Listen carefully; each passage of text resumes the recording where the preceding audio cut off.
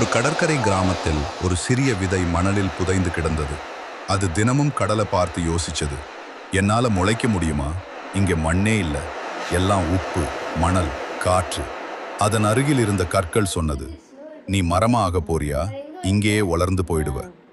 ஆனா அந்த விதை ஒரு விஷயத்தை மட்டும் முடிவு பண்ணிச்சு, நான் முயற்சி விட மாட்டேன்.